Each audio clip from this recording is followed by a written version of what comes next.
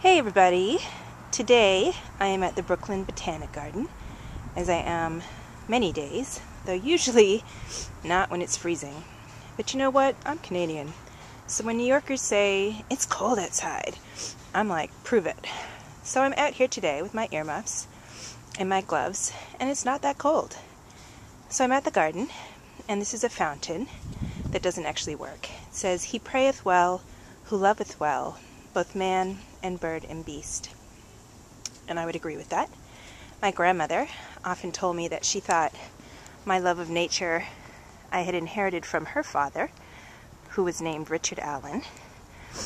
And this is the weeping hemlock. And if you have read A Wish After Midnight, you know that when Jenna returns to the 21st century, she wakes up under a dark canopy, and she actually thinks that it's a room, but it's not. It's the weeping hemlock, which is this kind of sprawling coniferous tree that looks very dark underneath and looks like it could actually be a decent home for some type of creature.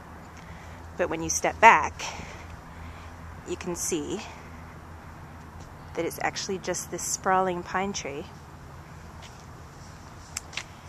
And here we have some important information.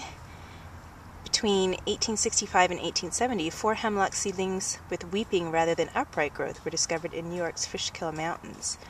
Blah, blah, blah, blah, blah, blah, blah, blah.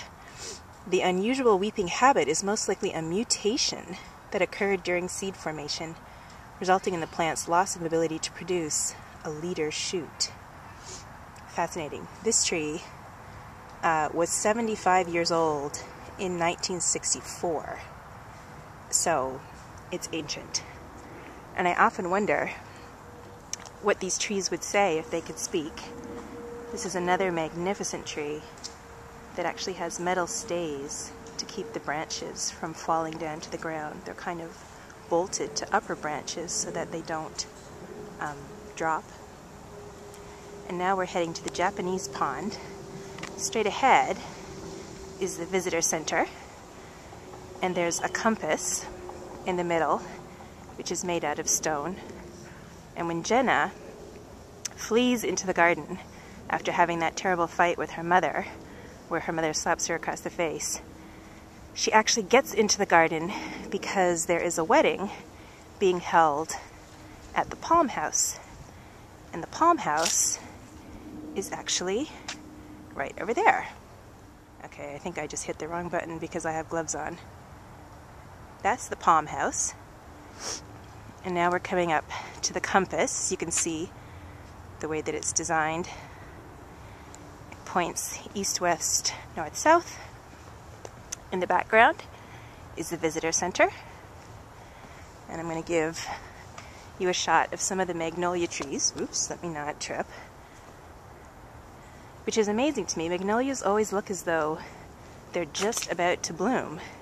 And clearly, in January, they're not. But they have these lovely little fuzzy buds, almost like pussy willows, that they keep until they're ready to blossom, which I think usually happens around March, April. In the distance, you can see the greenhouses. And this is the rest of the magnolia. Inside the garden, there are actually a number of smaller gardens. This is the fragrance garden. Some wisteria, which will be beautiful in the spring. And the fragrance garden is adjacent to the Shakespeare garden, which of course is also mentioned in A Wish After Midnight. As Jenna points out, English gardens can look somewhat messy and disorganized, even though they're not. They're highly organized. But when plants are allowed to grow in their natural state, sometimes it can end up looking like it's not so neat. So here we are, the Shakespeare garden, and there won't be much to see because it's January. And everything kind of looks like it's hibernating. You can see that they put pine boughs over the flowers. The cornflower Jubilee gem is sleeping and will continue to for the rest of the winter. And the Shakespeare garden is great because it gives you the quotes from Shakespeare's plays that talk about certain plants so that you know why it's here in the garden. It's a lovely fountain. Love the pineapple on top. And we continue through the Shakespeare garden. We will come out at one of my favorite places in the garden. We have some holly, wild holly. English holly, of course.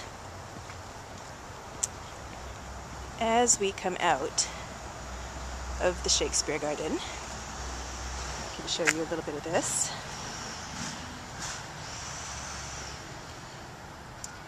In this garden grow plants mentioned in the plays and sonnets of William Shakespeare. Plant labels include botanical and common names, as well as relevant quotes from the bard's work. Yeah. Okay. Here's the apricot tree, which is one of my favorites in spring. Just looks pretty ordinary now. And here is the Japanese pond, which is also its own garden, designed around Japanese principles of beauty and design. And I forget what these things are called, but let's take a look.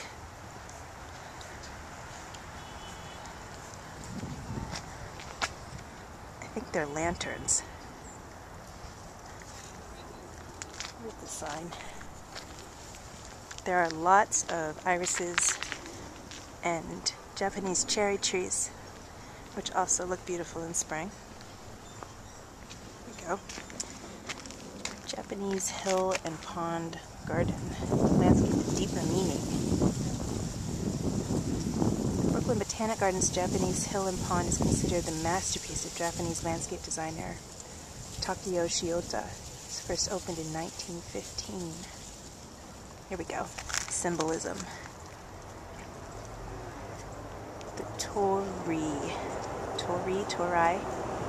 Large wooden structure standing in the pond is a torii, which indicates the presence of the shrine nestled among the pines on the hill beyond. The shrine is dedicated to the Shinto god of harvest, protector of plants. The inscription on the front of the torii reads, Daimyojin, clearly I'm probably pronouncing that wrong, great illuminating deity, or spirit of light.